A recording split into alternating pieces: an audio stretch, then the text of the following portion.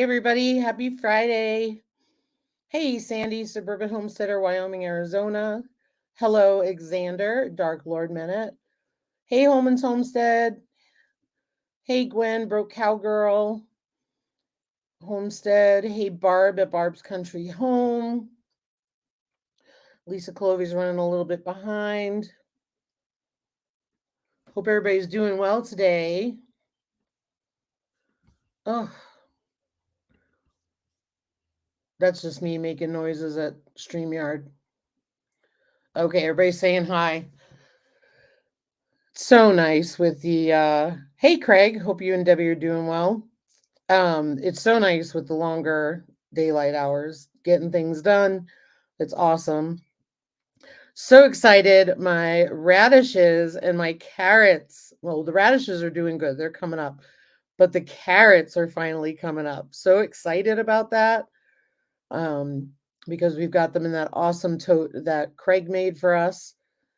Which is really cool.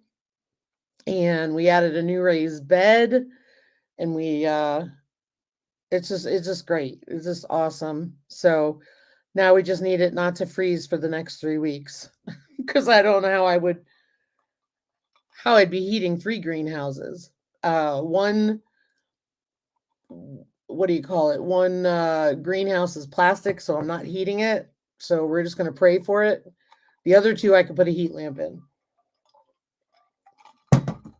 But we have a tomato.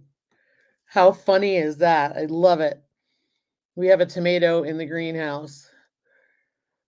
Yeah, heat wave and another cold snap expected before June starts. Yeah, I'm looking at some nights in the 30s. So I'm like, ugh. Hey, Tony and Angie, our cabin in the woods. Hope you're doing well. Yeah, I'm super excited. This is the earliest that we've had blossoms or tomatoes. The tomatoes, the sweet spot for us was February. However, this February when I planted, even though I was later than usual, they took off like crazy. And all that I could assume is because it was a mild winter, the house was warmer than usual. So I don't know. Hey, Denise Pacell, hope you're doing well. But I do have backup tomatoes in the house in case something happens to them, and I could always buy starts if I had to. We tied my cherry tomatoes up on the trellis this afternoon. There are gobs on them. Wow, that's awesome. I'm surprised with all that rain you don't get blossom end rot because you just get so saturated down there. Gwen said something earlier and I missed it. Something about tassels on corn. Let me go back. Corn is tasseling and not one ear of corn on any of the stalks. Oh no. I guess that's a bad thing. I don't know. I don't grow corn. Hey, Lisa Colovi. I always seem to have backup tomatoes. Yeah, I had a lot of backup tomatoes. I gave so many away. It was awesome, though. I was really happy to do that. It was really fun. Well, Sandy would appreciate this. If she hadn't seen the post, I go to a fiber arts group here locally, and we just, a bunch of us get together and, go to the library once a week. And now that it's warmer, we're going to be doing twice a month. But I learned how to spin using a drop spindle. And I'm so excited because I've been wanting to do that for a long time. So super excited to be able to do that.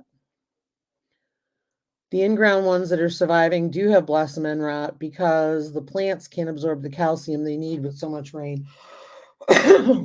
Makes sense. Makes sense.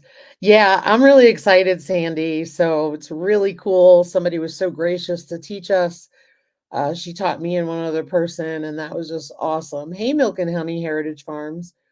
So we're real excited about that. Well, I'm excited about that. I don't know about Ryan. It's just another habit for me to spend money on. But with the drop spindle, it's cheaper. You know what I mean? Like you're not buying a spinning wheel and all that stuff. So I got my eye out for a spinning wheel, like on Marketplace or something. But I know Gwen sent me videos you can make your own, um, but I'm interested to do that if I can get proficient at it. But we'll get through the one I've got with the drop spindle because it was a locally made drop spindle that the local sheep farm sells, and that's where I got the fiber from, was from there, so that was really cool.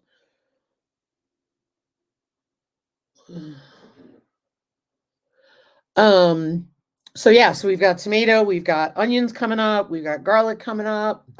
Thanks, Sandy.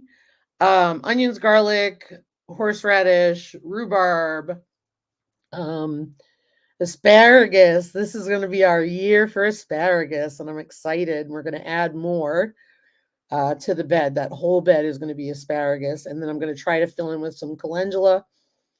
Um, so that'll be cool. But it's just neat because we've really increased our growing space. Having the 3 greenhouses together and in sun all day is really good. So that's exciting. Ooh, picked asparagus today. Nice. Yeah, ours are we've got a few that are a couple inches tall and the rest are peeking through. Like every day there's a bunch more peeking through. So really excited about that. And I picked up some seeds from the library.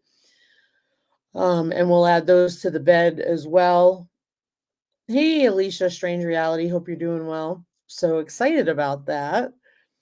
Um, I finally got the layers of straw of my strawberries because I used like half a bale of straw to cover them in the raised stock tank, which is a raised bed. And we've got some green growth going on, but it's always such a yucky mess when you uncover it. But they do good that way, so that's awesome. So tonight I wanted to talk a little bit about like starting a homestead, and the reason why I want to do it is for folks who watch the replay, um, or folks who are looking for information on, starting a homestead. A lot of people get these images of what starting a homestead should be from social media. And a lot of the time, it's not the right images people should be getting because the reality of it is, if you remember, I had a girl from Instagram who did all her research while she was living in the city before they bought land on goats and visiting farms and doing sourdough and all those things. And she really had a great idea. So, I mean, I think there's many different ways people can start a homestead. They can start it cheap, they can start it where they are, whether it's in an apartment by growing something on a balcony. I think Strange Reality, um, she's got a tree in a pot and she's also got some potatoes in a pot. So I think that's really cool. Excuse me. Hey, Spartman. Hey, Crunchy Book Club. Good to see you guys.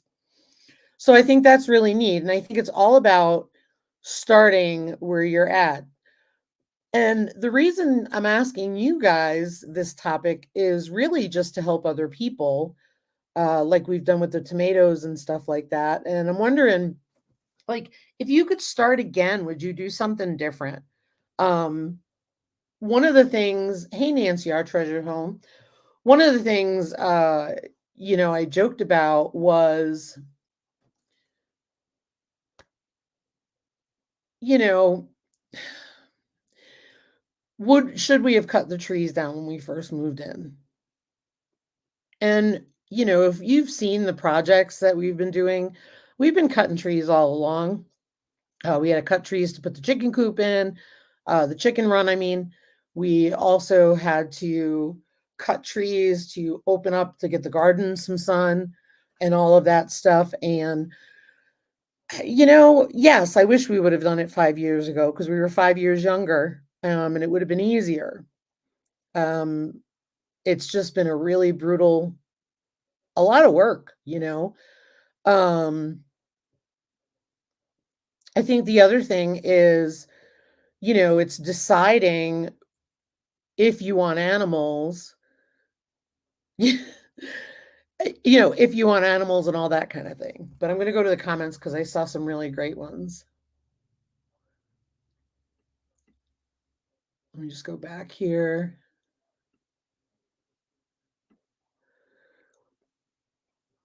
I've been thinking about this. Gwen says, I've been thinking about this subject all day, and the number one thing that kept coming to my mind is watch where the water goes with it when it rains hard and fast. Good point, because Gwen's got an amazing garden, and with all the rain they've been having, that rain is going through it. So that's a really good point.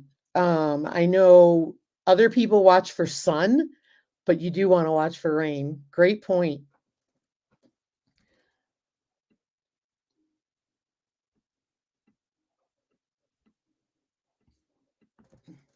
Heather at Milk and Honey said, I did my research on the animals before, but I started doing the preserving and planting before the homestead.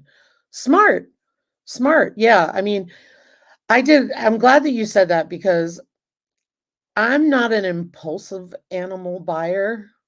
Like a chicken, yeah, or I might impulsively buy a pig now, but I did my research when it came to chickens, but then I also did a lot of research on the pigs before I got them because I wanted to make sure that we got what was right for us. And I fell in love with them. And that's when we stopped because I'd rather use the land for the pigs because I enjoy them.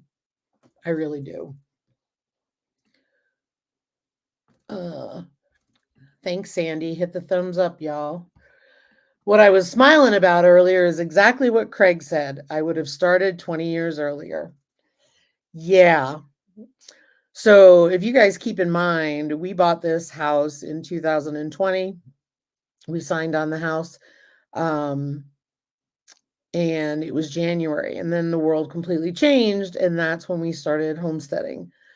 We'd always talked about it, but we let things get in the way. And so we really started developing a passion for this because of the fact that we were really concerned with what was going on in the world. And, we took it from there and we built a lot of infrastructure in 2 years' time. And that's why now I don't have as many project videos because we just are not building any infrastructure pretty much anymore. But yeah, you're so right. I wish I would have started this 20 years earlier. Sandy said start slow. Absolutely. If you get overwhelmed and burnt out, it is a lot. I've really taken to liking our model of bulking up in the summer and slimming down for the winter. So I like that model. Right now we've got the meat birds are out in the meat bird pen. We've got the breasts or American breasts are getting ready to go out in their little grow out coop.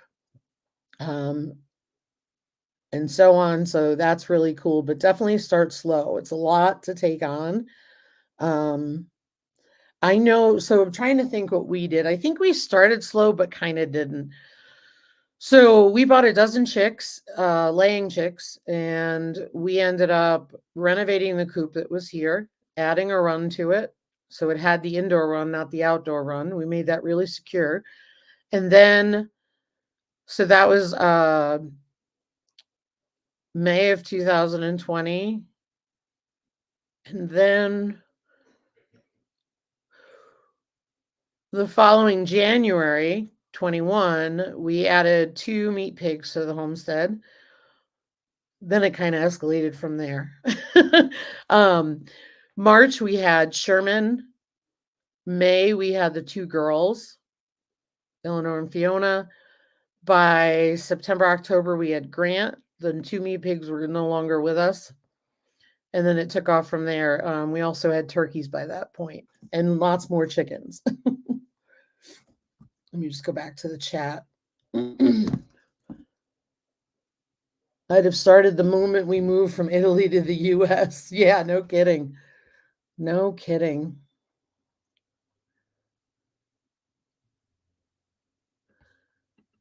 If I had to start again, Tony said I would make all my garden bed all hugelkultur above ground beds. I agree. I agree. I am in love with the hugelkultur beds. And I really, really think things grow well in them. We just added a raised bed, a nice tall one we're gonna be doing a video on, and the height is just beautiful. It's just perfect. I love it. Each season, we try to have a biggish goal to achieve and work on the little ones in between so we keep moving forward. That's awesome, Heather.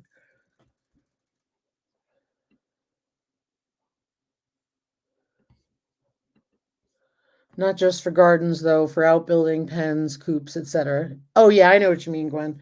Yep. Yep, yep. Find mentors that you might be able to spend time on their homesteads. Absolutely. Absolutely. Before I got the pigs, I was connected to Halbert Farm. It's Rebecca and Josh. They are my pig mentors, and they have helped us with everything related to the pigs, and they were just great. And I did get to go visit them, which was awesome. Barb's Country Home. If I was to start from the beginning, I would have put our chicken coop in a different spot. Where we have it now is a low area, so when it rains, it floods. That's a good point. It took me 9 years before I could get set up to have chickens, even though we had space. They needed what they need. Absolutely. Absolutely. What I would have done differently is I wouldn't have signed away part of the inheritance and kept some of the family farm. So true. Gosh, the things we do, we want to kick ourselves, right?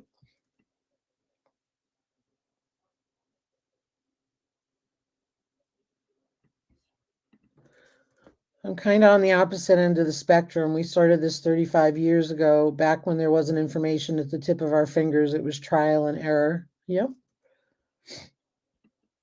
Hey, Sandra Stitches. Hope you're doing well.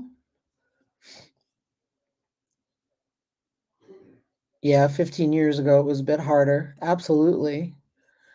Craig said, align yourself with people who you know. Sandy is a great example. Absolutely. I mean, there's just so many things. For example, cows, right? I know some things about cows, but I know nothing about cows because I'm never going to have one. Never going to have one. I don't plan on moving. I don't plan on going for bigger land unless all of a sudden something falls at my feet. We've decided that with the prices that are going on, we have all we need here. Would we like larger land? Absolutely. But we have what we need here for our age. We feel that as we're aging, and I'm not saying I'm old, I'm just saying as we're aging, it's perfect for what we have. And so that's why we're making some improvements. And that's why we try to cut the trees down, get them out of the way. Because that really made a huge difference. Being able to drive around the property when you're working on projects or when you're bringing hay to pigs or being able to clean all the barns. I was able to clean all the barns by backing the side by side up to each building for the first time this year. So that's huge because then I put it in the back, drive down in the back, and throw it on the pile. So it works wonderful. Sounds silly, but you get into that rhythm and it just is so helpful. Books and videos are great, but work experience, trial and error, doing it is priceless. Absolutely. I mean, 5 years of gardening here when I was used to being in the Northeast and all I did was go, never started. My dad started seeds indoors, but not that kind of stuff. And it's like, you learn, you absolutely learn. I mean, I had posted the other day that on Instagram, and that was that our first year in 2020, we bought starts and we put them out. We didn't get any flowers or blossoms on the tomatoes and until late in the season. And then September, they were loaded with green tomatoes and we got snow in September. Never got a tomato. We lost them all. Crazy. Some things people must know.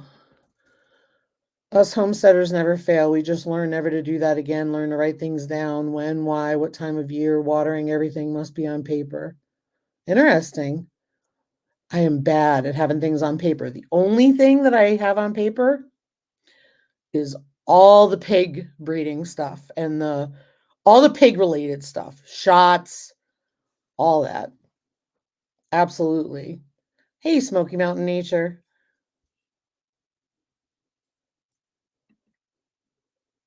You can read a book till the cows come home doesn't mean it works where you're at. Nope, not at all. Not at all. And it took me a while to figure out when I was researching to actually Google for my zone. So now we're 5A. I still Google when do you plant this, or like if I'm trying to grow something new, I still look at 4B. Barb's going to get planting flowers. Hey, love the land. Welcome in. Hope you're doing well. I enthusiastically bought a bunch of raised beds when I arrived here 4 years ago. Recently, I began gifting them to friends and family to replace them with tall beds. Much easier on my back. Smart. Yeah, it's so much nicer when you're gardening at a higher level. I write everything down about the garden, about the animals, vaccines, dates, breeding, everything. Good for you. Yeah, I do it with the pigs. I don't write anything down about the garden. For the most part, I remember when we start stuff. If we've grown it before, it comes to me. One of the best resources you have that's free is your county extension agent. She is specialized in your area. Cool. Love the land. Glad you're well. I think the other thing is some people say start with chickens, right? And I think that depending on the time of the year, you could start with gardens. You don't have to start with animals right away, because I think if you start with a garden and you see how that goes, you can decide from there if you can add more to your plate with what you have going on in life, that kind of thing. Chickens were easy for us to add. Pigs are easy for us to add, but they're a commitment, right? Because the minute you add the pigs, that's another layer.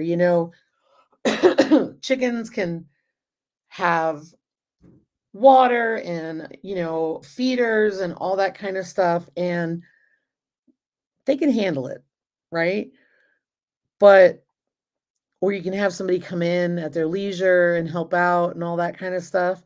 With the pigs, it's a lot, because then you end up having twice a day feeding, hay, and all that kind of thing, and they need water.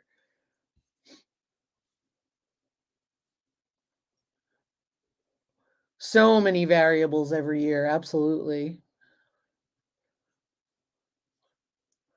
Barb writes everything on her calendar. Oops, I missed something. Oh, Tony said my hugelkultur beds are 3 foot high, 5 foot wide, and 10 foot long. Yeah, they're awesome. The new garden bed that we got it's actually a 9-in-1.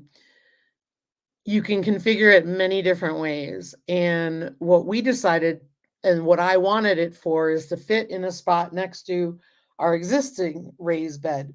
And so it's an 8 foot long, 2 foot wide, and it's 32 inches tall. So it's perfect.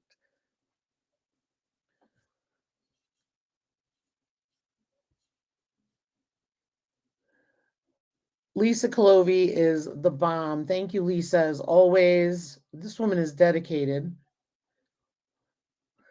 We started with garden, horses, then cows, then goats, then chickens. We went backwards. It's not backwards. It's what you wanted, you know? I think if I would have had the joy from the pigs, I probably would have had the pigs first. So I totally get it. I love my Kuni Kuni pigs.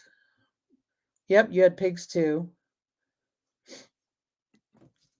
Yep, not just different years, it's also the fact, like, the area, the book may be from someone in Reno, and your elevation is different than Reno. Yep, absolutely. Okay, let me just see here. Morning, Annie at our Ermit Homestead.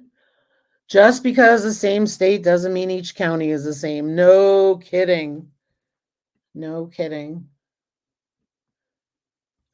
I would love to have a couple of goats milking and making soaps. Yeah, I thought about it on several occasions and I just decided it wasn't for me. I just, I don't know, not for me. And goats eat poison ivy. There you go. I know, Lisa, and likewise, my friend. I think the other thing too is you can, a lot of people talk about, well, I need big land. I need big land. That's great, but you don't. Because how many people who have large acreage are only using a small portion of it? Like for me, if we had larger land, I would like to have hay fields, where we could cut our own hay, not have more pine trees, because I think that that's useless land that I'm going to pay taxes on versus land that is helping me and helping us meet our goal of trying to feed our animals and cut back on things. Yep, vertical gardens, rooftop gardens, absolutely. There's tons of ways to do it. Barb. Oh, good night, Sandy. Have a great weekend. Well, Barb, you can get goat milk locally, or you can use the Meyenberg goat's milk, the powdered goat's milk, make it, and then freeze it. So you can still make goat's milk soap.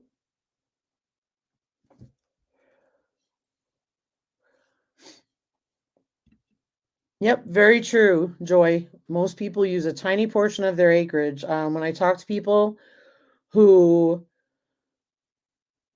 have all this land and, say they have 10 acres and they're using 3 or maybe 4,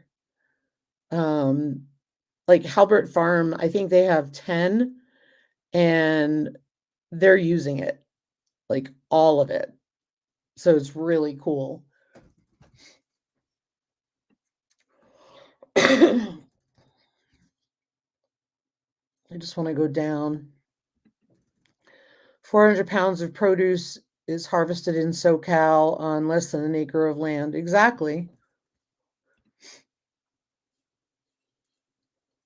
Exactly, Annie. But you're growing your own produce. That's what's really cool about it. You grow what you can with what you got. Don't know if it's going to quit raining to get our hay mowed or garden planted. Oh no, you guys are getting all that rain. Ugh, crazy. I hope it stops raining for you. I see so many that live around us that do nothing with their land. Yeah. I mean, some people just don't want to do it, and that's okay. They have a goat and chickens, and their backyard is less than an acre. I think it's a half an acre or something between a half, and it's producing tons. And that's great. I mean, if it's in full sun, you got a primo climate to be able to grow in that. You know, we're thankful to get the sun now with the trees because that's the other thing. Grass is starting to grow up. So we're letting it grow up before we turn them out to graze. So Grant's probably getting ready to escape for his annual The Grass is Greener tour. But yeah, it's just crazy. Oh my word. Always have backup fencing and screws, hoses, and shovels. No kidding. No kidding. Yeah, you do have to have all that. You do.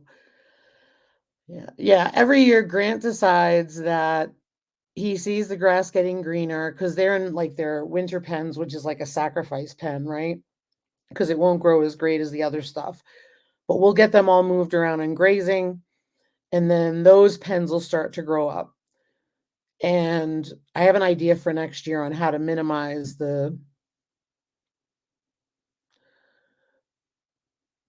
damage to the pasture in the winter area because they don't need the whole area. But anyway, what's really cool is stuff is growing up, and Grant always looks over and sees that the grass is greener on the other side of the fence, and he breaks out. Yeah, we have tomatoes already because we planted them in February, so it is cool. It's the first time we've had it, but it's pretty cool. Backup should be the middle name of homesteading. It sure should. It sure should, because I'm telling you, it's like, ugh, if it's not one thing, it's another. It's that pile of I might need that. Yep, absolutely. Send the rain to Perth. Desperately need it. It's supposed to be winter here, still getting warm days. My tomatoes are growing like crazy. Good for you.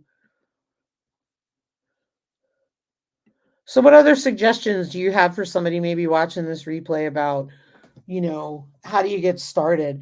I know for me, it was about what is it that you want to accomplish? What is it that you want? What is it that you want to grow? What is it? What is your mission? Um, I can grow cabbage, but not broccoli. My neighbor is the opposite. I'm growing extra cabbage for her. She's growing extra broccoli for me. That's awesome. That's awesome. And yeah, I mean, it's all about that stuff. You got to be able to work things out with people, try to figure things out, learn new skills, start a garden with food you'll eat or spices you use a lot of. Absolutely. Absolutely. I'm trying to grow cabbage this year using the high altitude seeds. And so we're getting ready to harden off all those seedlings and get the spinach and the cabbage out. I found out that the cloth that we had for our raised garden goes down to 20 degrees. So I think I'm going to get that out. Definitely start small, work out what you are good at and what you can handle, build on it from there. That's great advice. Really great advice, because you want to make sure that what you're doing, and you want to give yourself some grace. The big C is what got us to Homestead. Right there with you, Barb. Right there with you. Hey, Gypsy and the Vanilla Gorilla. Hope you're doing well too. Thanks for being here. Since April 28th, we've gotten 30.5 inches of rain. Oh my God. I can't even imagine. Cannot even imagine.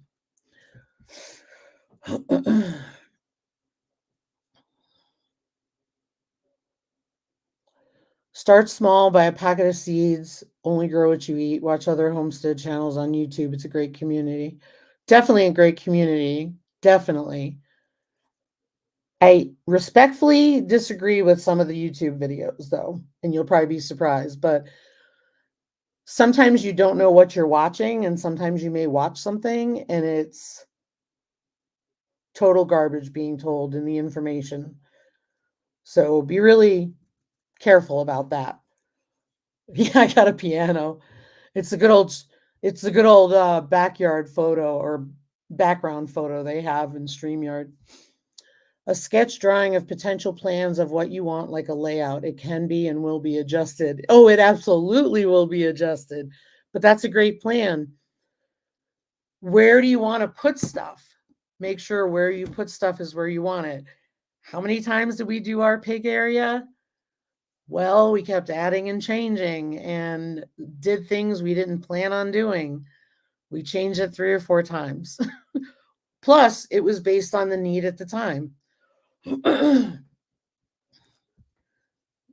Absolutely. If any local older people that farm or farmed talk with them and learn their knowledge. Oh, valuable information right there. Valuable information. I have a funny story about that. I talked to people who gardened here. Excuse me. I talked to people who garden here, and you know what they told me? You can't. So they said, my dad moved to Hot Springs so he could garden. I was like, geez. But I know it's very true. You get some older old timers, they really know what they're doing. It's so important. But yeah, I had people say, well, you can't garden here. And it's funny, since we got the first greenhouse, I see a lot more greenhouses here. But again, depending on where you're at in our town, in our county, there's so many different microclimates. So it's different for everybody. I've got to have my chickens thanks to the Big C. I've been wanting them forever. That's awesome.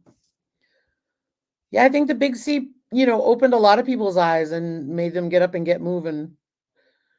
Have meetings with your neighbors to see where everyone stands if the poop hits the fan. Yes. Yes. Absolutely. Ask for help when you need it. Yes.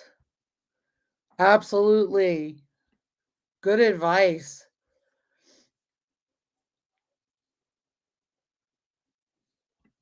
Also, as to location of stuff like coops, pens, garden, make it a loop so chores can be done quickly. Yes. That's exactly why our buildings are all so close together, because it was so much easier in winter. Winter was the main concern. Summer was less of it, but winter was the main concern of having everything there. The only time we have to go down in the back, and we have a plan for that as well because we have a gravity fed water, is like right now the meat chickens are down there. So yes. And that is why people don't use large parts of their property, because they have all the stuff close to home and where they have access.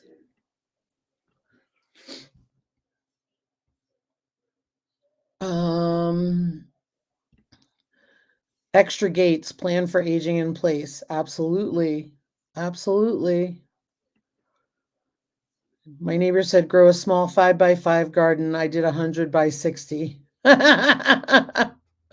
Nice. Nice. Pasture land, absolutely. Having some kind of pasture land. If you have animals that graze or animals that need it. I mean, I can tell you right now, we don't mow our front lawn. I bring the fences up to the house and let the pigs graze on it, because it's more valuable to me to have the grass for the pigs than it is to spend time mowing a lawn. And it just gets better every year, and we all know why. Subscribe to and watch the channels in the chat. Great group of people. Holler Homestead is another good channel. Awesome. Yeah, I mean, I think that's the thing, is to make sure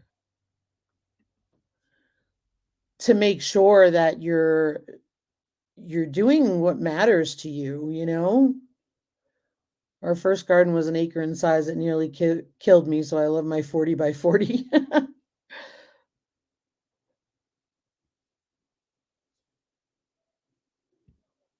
Rotation, rotation, rotation. Yep.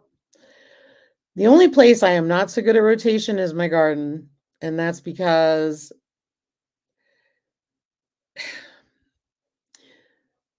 we're limited. We're limited. We don't have a large size garden. I pack it full, but it seems to be doing good. I do have a new one that I created in the back. So I'm hoping if that does well, all I have to do is keep an eye on it, really. But if it does well from the critters, I'm going to be excited. I still haven't sprayed because I found castor oil, which was part of that concoction, and it was $10 for a bottle that was tiny. And I was like, I need a half a cup, which is 4 ounces. But so I'm going to wait until I go to Rapid City.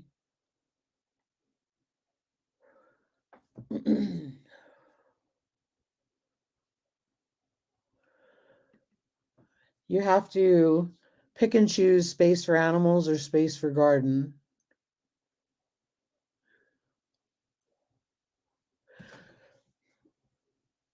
Actually, no, because actually where the pigs are, there's not as much sun. I'd give the pigs more. Absolutely. I didn't know that. I don't know what that was. Alexa started talking to me.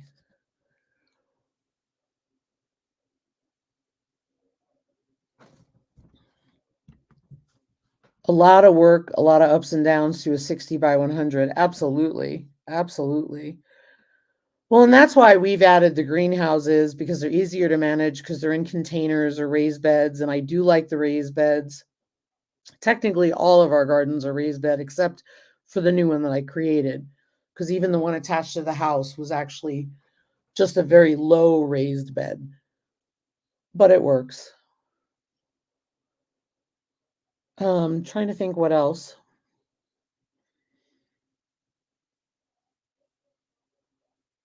I don't know. Am I missing anything?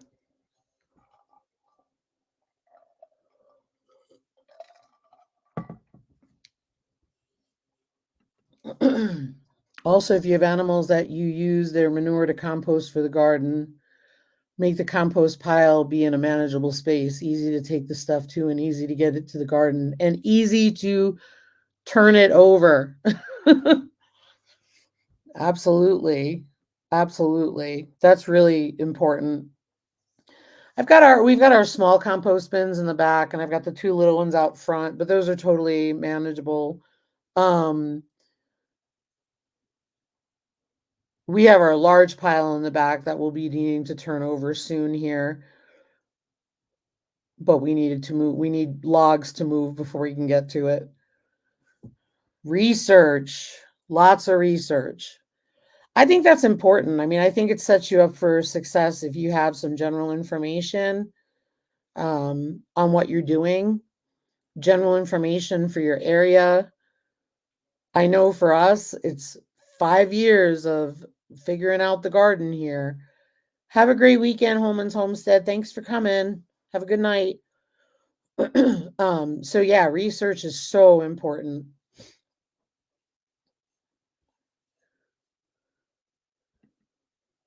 Learn to watch for sales to save money. Absolutely.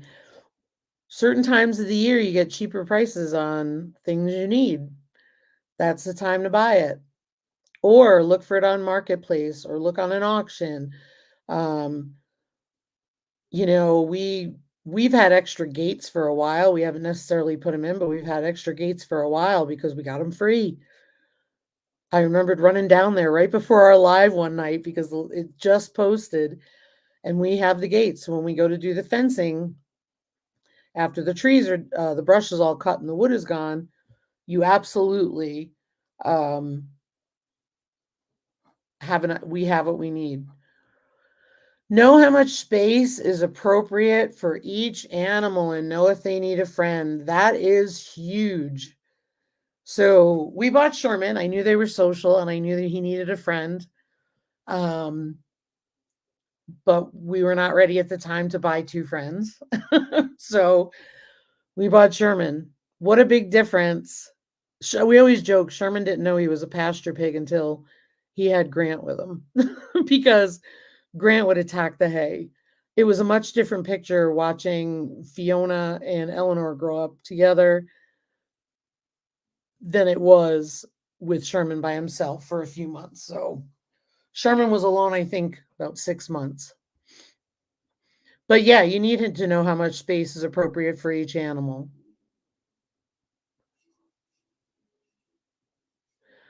And just a word of advice, if you're interested in getting goats, vets know next to nothing about goats. So it's going to be up to you to diagnose and treat them. They don't even know drug doses. And you probably won't have a pig vet either. Find out if your vet is going to come to you or if you need to go to them in an emergency. And a lot of people don't treat chickens. So The reality of it is you have to be ready to end the suffering of an animal when it's headed that way. Probably one of the worst things you got to do, but you really need to know how to do that and do it hastily and humanely. Yep, I know, Alexander, it's crazy. Yep, so you're pretty much the vet in most cases. I know we are the vet in most cases here. Um, I do have a vet that I beg for help. And when I call him, I'm very factual and I say, hey, I have a pig that's this old, and this is what they're doing, and this is what we've tried, and that's it. And the vet will say, okay, try this. But I'm on my own because if he's not available, I have no one. And he's not a pig vet. He just tries to help me because he believes in helping. Farmers in your area might give you their cow manure or horse manure in exchange for veggies. That's how I started. That's awesome. That's awesome. Good deal. Good deal. And the other thing is know what's in the manure because Craig, well, I don't know about other places, but Craig was telling me, I think it was the last couple of lives ago, was saying that basically all the Black Hills manure is affected by the herbicides because of the no spray, the weed free hay where it's sprayed. So the herbicides are a challenge here. Knock on wood, we've not had a problem. And even when we filled that raised bed, I chose to use a lot of the pine mulch at the bottom of it because that was a 32-inch bed. And then I had cardboard, some pine mulch, some compost from the chicken coop, and then I'll fill it with some soil on top. Yep, I make my own compost too, Heather, just not enough to fill this massive bed. And a lot of the hugelkultur beds, in my experience, like when you use logs on the bottom, like my strawberry bed, is a big stock tank. And there's some logs on the bottom. So last year to this year, it is now down about a foot because the dirt settles into the logs more. So we're going to top it off. Soil samples. Soil samples are so helpful. We did that soil sample from my soil testing when they sponsored Around the Hay Bale when I used to be on it. And it was amazing. It told us so much about our soil. And this year it looks even better. I know looks are different, but our soil looks so much different compared to what it used to look like. We swap eggs for horse manure. Nice. I have a friend who has a horse, and I just say, she says, you need manure? And I go, yep. That's what I filled. That's what I filled that strawberry bed with. So, and I still have some extra, and we've made a pile now of when we till the chicken runs and we take about 4 to 6 inches off of manure, we put it in a pile. And anytime we remove stuff from there, we put it in a pile. So now we have a pile of soil to work with.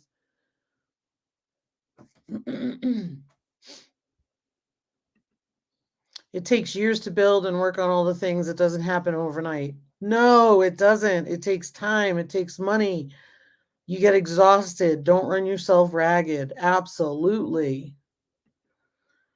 We have done some vet care for our dogs years ago. Our vet was a farm vet and gave us advice to help us care for our dogs when we raised puppies, and he was 45 minutes away. Yep. Absolutely.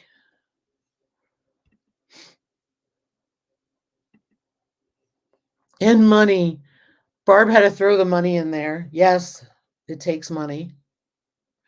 You can do things cheap, but sometimes you need to do them right. Even though they're cheap, you need to do them right because you don't want to do it again and again and again.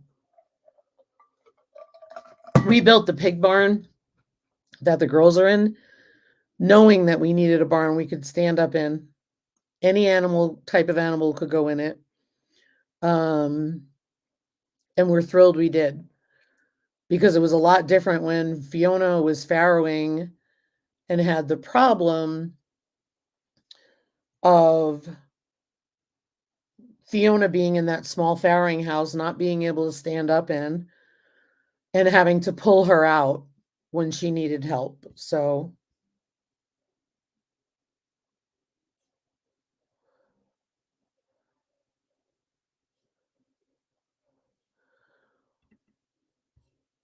I really like Holler Homestead's method of making compost using the chickens. I just don't have a chicken run that's tall enough to walk in and do that. Yeah. I don't know how they do it. I till up the runs and we set it in a pile. And we usually use that as we throw it in the gardens and all that stuff because it's aged. It's aged.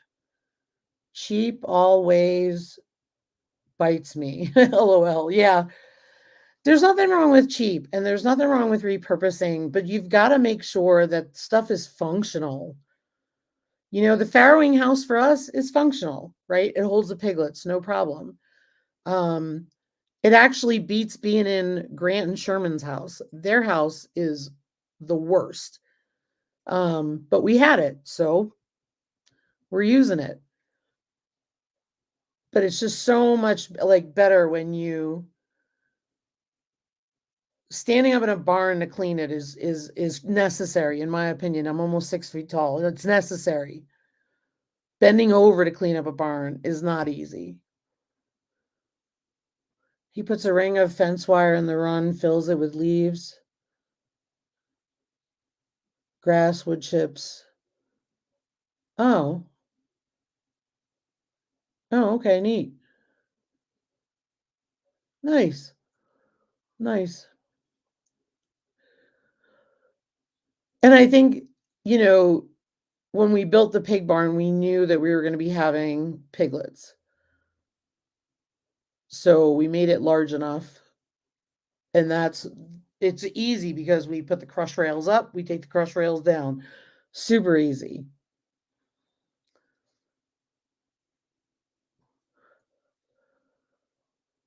Anything else, you guys? Hey, Charlie, Fallen Arkansas veterans. Hope you're doing well. I think I covered all the things I was going to cover. Our chicken's free range, so they have access to our compost. Yep, ours free range too in the afternoon.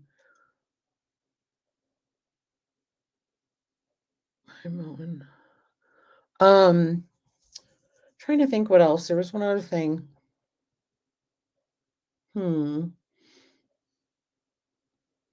Everybody's saying hi.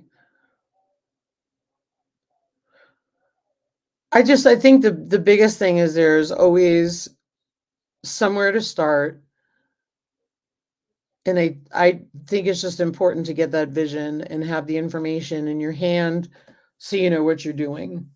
Obviously there's going to be a lot of trial and error along the way, especially if you've never done it.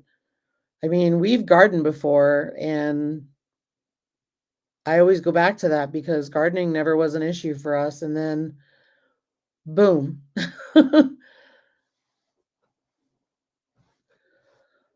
All right, guys. Well, I am going to get going. Thank you all so much for being here. Thanks for all the wonderful information. I know it's going to help people who watch the replay. And if anyone who's watching the replay has questions, feel free to comment down below and let us know what you need some help with. And I'm sure in this great community, we can find some good people who will help out. So have a wonderful weekend, you guys. Thanks again for being here and take care. See ya.